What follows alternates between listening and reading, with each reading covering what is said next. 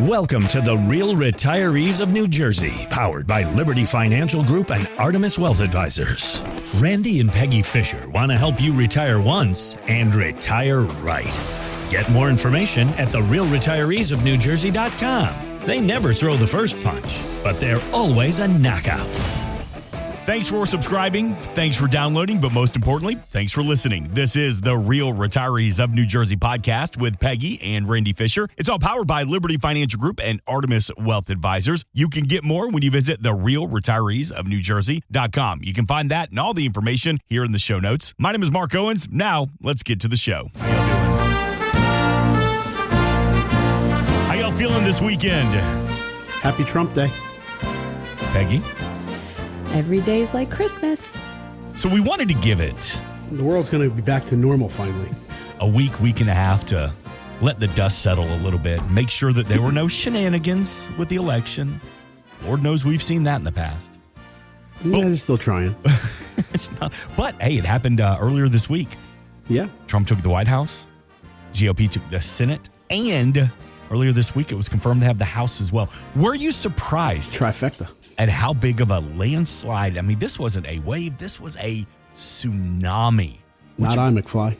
I said it from the beginning. And thank you, New Jersey. You're now considered almost a swing state.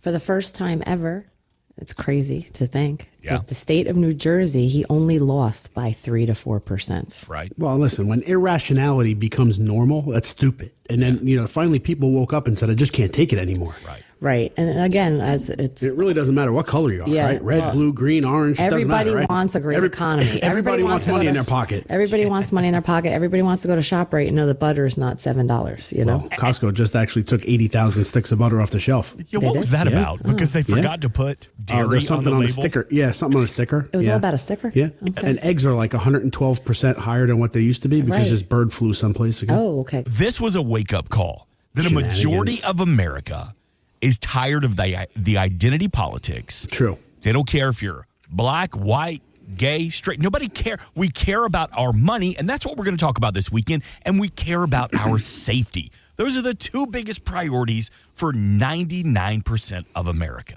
And I think that just rang true over the past week and a half. Let me ask you this. I want to get the temperature of the families that you serve. I know you had a great event earlier this week as well. What are they saying? Are they excited? Are they scared or angry? Or are they, man, we got a great strategy. Let's just, hold it in the road. Well, we'd like to hope that they would just hold it in the road and have a great strategy. But we did just have an outstanding workshop this past Tuesday.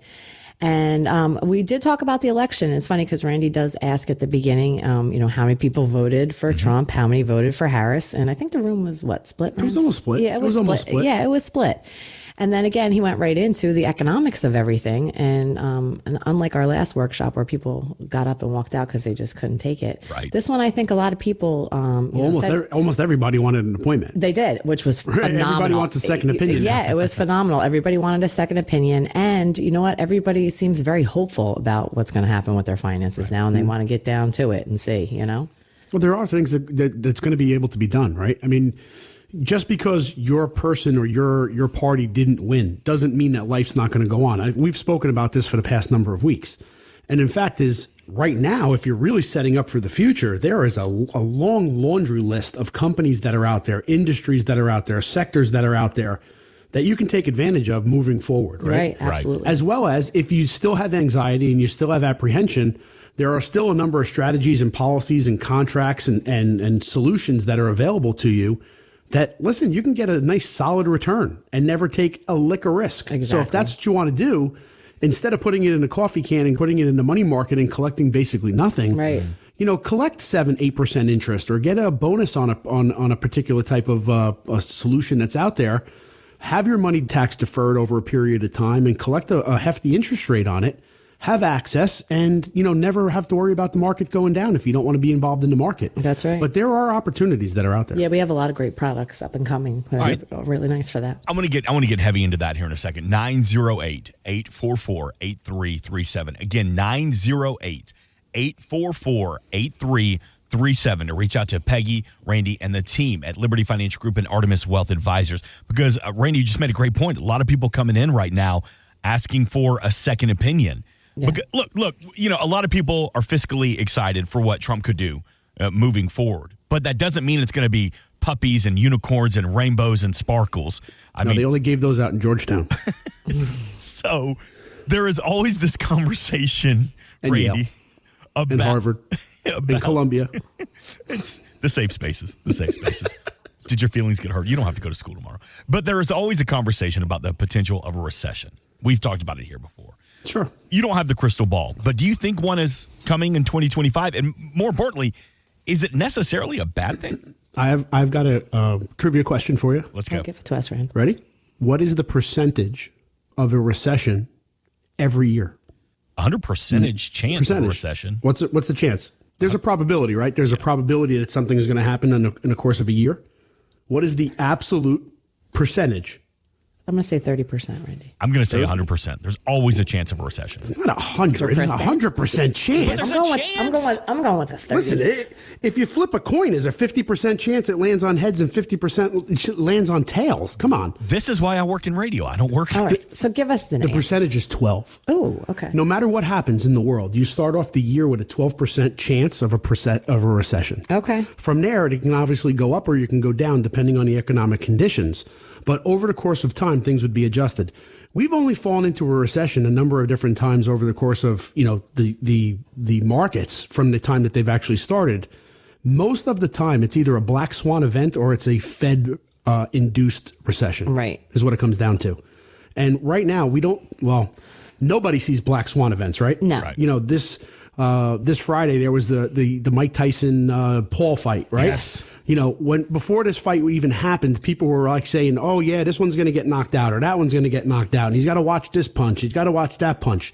The fact of the matter was, whatever landed, it wasn't the one that they were looking for, right? Mm-hmm. So it's the same thing with the market. Every time you see somebody say that this is the thing that's going to bring the market down, it's never the thing that brings the market down.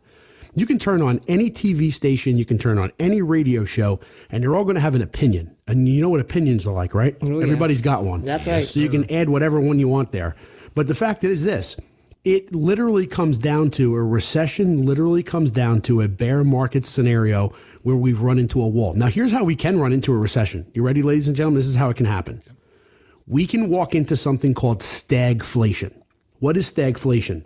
Stagflation is when in fact, it's happened in the 70s, it happened in the 80s. So anybody listening to this radio show, if you're in your 40s and 50s, you've lived through this. And if you're older than that, you've obviously got more experience than we do. And here's what it is.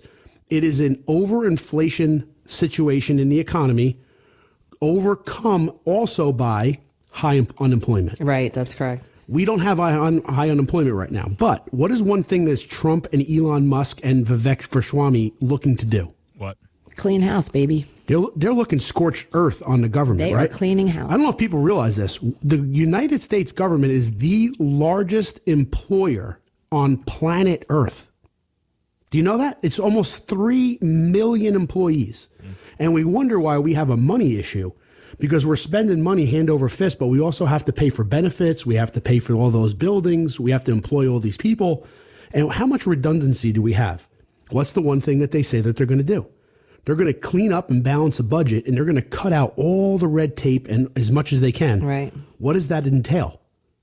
Heads, right? People's positions. How hard is it to fire somebody from the federal government?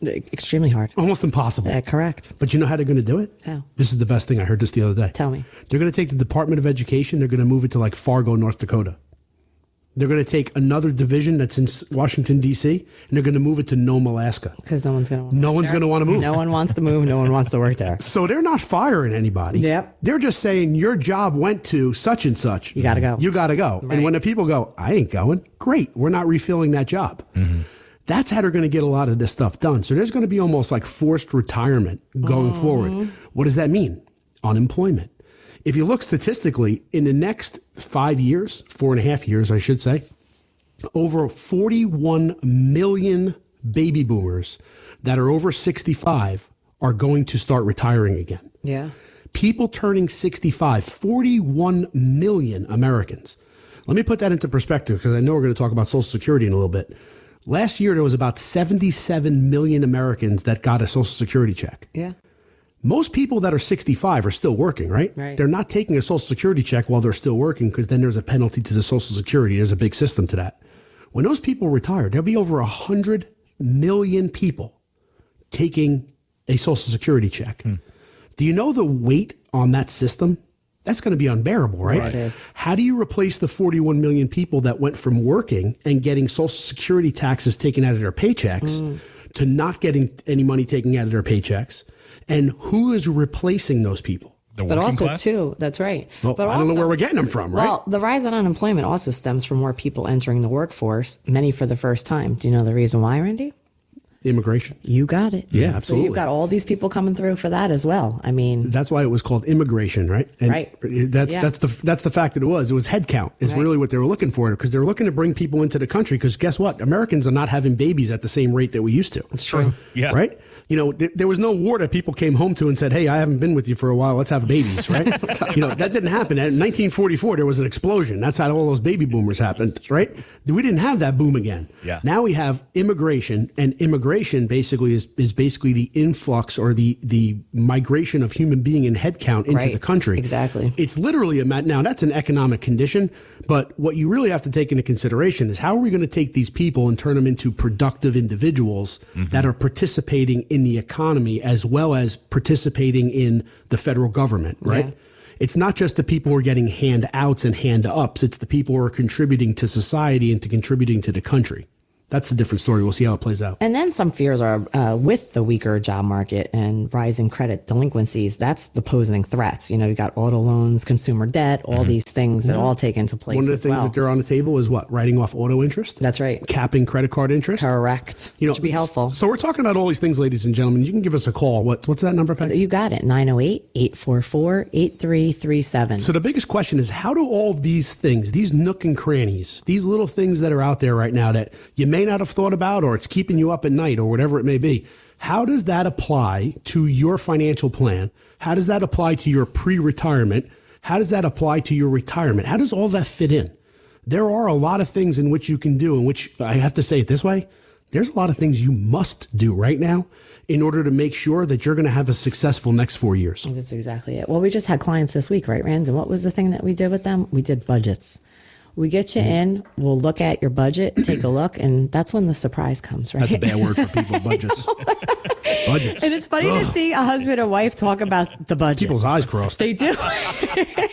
We had a couple in here this week. It was Good fun. thing the window was locked. We went over budgets, right, Rand? And it was a nice It was task. eye-opening. It sure was. Yeah. Oh yeah. For both of them. Yeah, For both of them. absolutely. It definitely And was. it was actually multiple couples, but yeah, we can get into that year-end discussion as Yeah, well. absolutely. But, Sure. Yeah, let me get that number again. 908-844-8337. 908-844-8337 to have this discussion about, most importantly, your retirement strategies moving forward, as we get ready for the Trump administration to officially take over in January. As you were talking about the baby boom, I did a quick search. I was like, well, didn't we have a boom during COVID? Like everybody trapped inside, and it's like, all right, well, let's find ourselves again.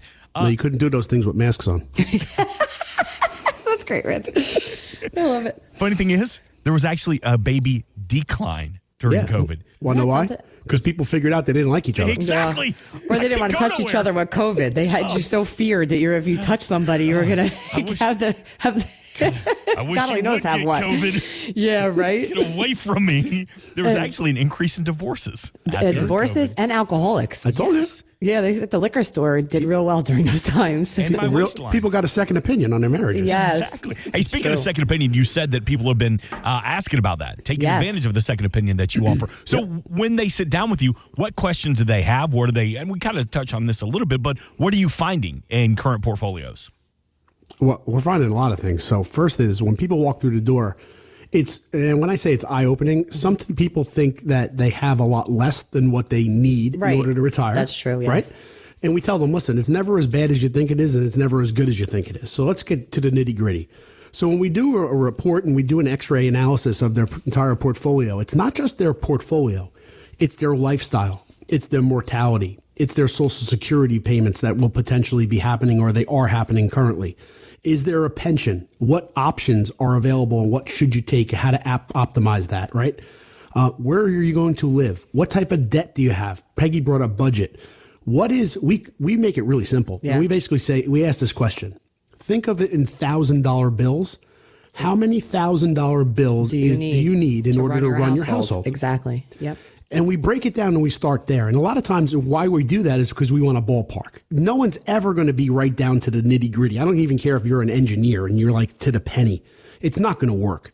So we ballpark items. So if we say, hey, listen, we need $5,000 or $6,000 or $7,000 a month in retirement, where are we getting it from? Right. The first thing we do is we have to look at guaranteed money. Exactly. What are guaranteed money sources? Well, we have all the different kinds of those, right? You have your pensions, you have your 401ks, you have where's your money in, Social Security, the markets, So guaranteed income sources is where we want to start to build that from. So for instance, if I have a requirement of $5,000 a month and Social Security from one spouse is $3,000 and another spouse is $1,000, right? Yep. We're at $4,000. When they still need. Are we at a surplus or are we at a shortfall? We're at a shortfall. We're at a shortfall. Where are we getting it from? Yeah. Well, if they don't have a pension, guess what? We can't pull it out of our ear or our you know what. So we got to take it out of other assets. Right. Where are the other assets? A lot of people have 401ks. Exactly. The biggest mistake that people make, Mark, is they think that they can keep everything fully invested while they're retired, just like they were working, and pull money out when they need to. There's a phenomenon called reverse dollar cost averaging. And I'll explain it this way because I'm going to explain it in reverse first. Okay. I know it sounds like an oxymoron there. When you're actually working and you're contributing to your 401k, you're putting in a set dollar value or a percentage each and every week out of your paycheck. If the market goes up or those values in which you're actually investing in go up, you're buying less units. Let me give you an example. If I'm putting $100 in each week and the unit costs $10, I'm going to buy 10 of them, right? The magical program is how do I get enough units? It's not the value. It's how many units am I going to accumulate during my working years. Mm-hmm. Next week, the market actually goes down. So instead of it being $10 a share, now it's $5 a share, but I'm still putting in $100. I just bought 20 units. So now I have 30 units. If 30 units, now the price of it goes up to $20 a share. Now I have far more money because I have 30 of the units. Now reverse this. I'm no longer working. Now I'm taking money out.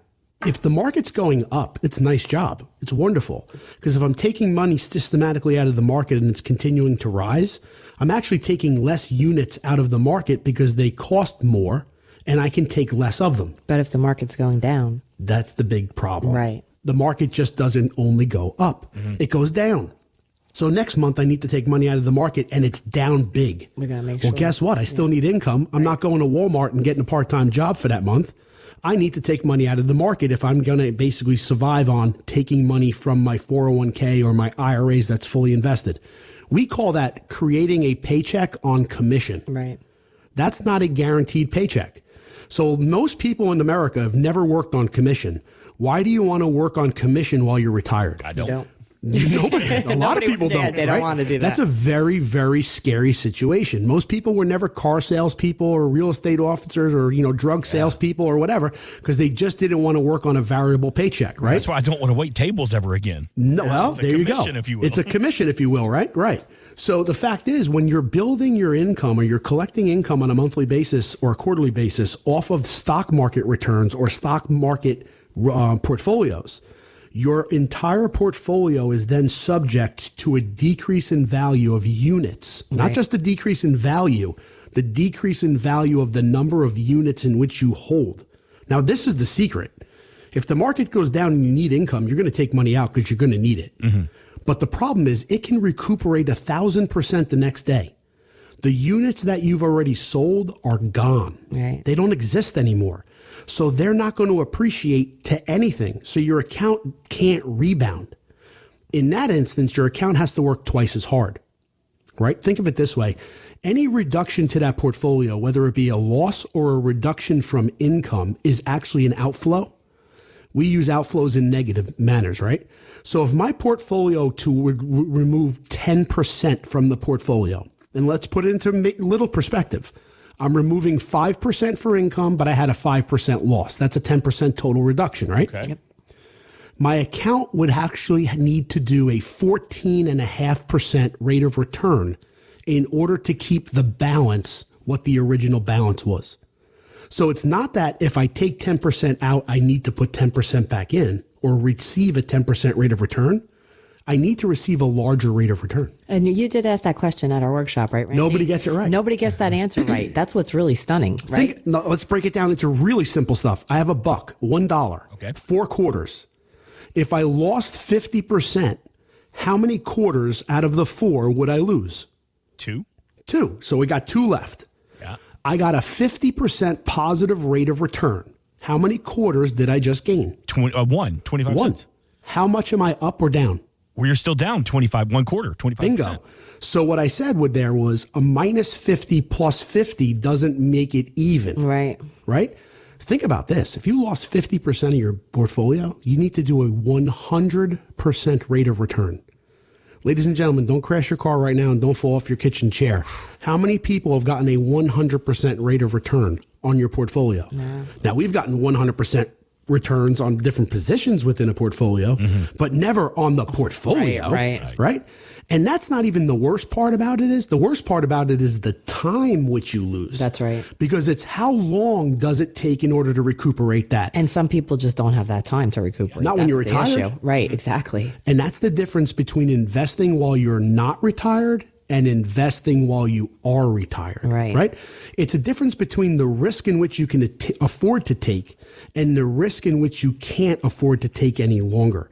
While you're working, you're earning it, you're putting money back in, you can afford time to be on your side. That actually diffuses the risk associated with that account because eventually it should kind of return the numbers it's supposed to and give you your money back over time. When you're retired and you're taking money from the portfolio, you've just basically put a giant damper on the recovery situation because now it can't recover. That's right. What you're doing is you're just basically tail spinning. And what you're doing is you're removing money from that account faster than it can create it. Right. And when people have such, they take all this time to save all that money, we want to make sure that they keep that money. That's not a plan. It's like having a big garbage can with just stuff in it and you just pull it out when you want to. That's not a plan. Right. But what do we always say? It's income is the outcome that matters the most. You say that. We always say that, Randy, because it's the truth, right? Yeah. Income is the outcome that matters the most in retirement. By the way, I learn every week from both of you, and I appreciate the education. But you just stressed me out. Because we don't want to do that to you, Mark. No, because when you say, the whole math problem you gave me with $1.50. Yeah. I was really, God, please get this right. Please get this right. Like, I barely graduated high school, okay? Yeah, so, you did good. I'm so proud of you. But you know what, Mark? It's Randy said it, though. It's the truth. He actually does that in all of our workshops, gives them like this little, and everybody gets it wrong. Every person in there gets it wrong. It's really scary. All right, let's talk about this for a second. We're slowly bumping up against it, but you mentioned it. You said you're never as bad as you think you are, but you may not be as good as you think you are as well with your portfolio. So when you sit down with somebody, what can we do? What can we do to make sure that we are better off than we think we are? Well, what we do is, like we said before, when someone comes into our office, we sit down and we go over what's the budget? What will you need in dollars every month when you're no longer working? That's the big key in itself right there. Then we can go over additional things that we could put you into, or products or different things that we can manage for you to help you maintain that money so you have that for long-term retirement.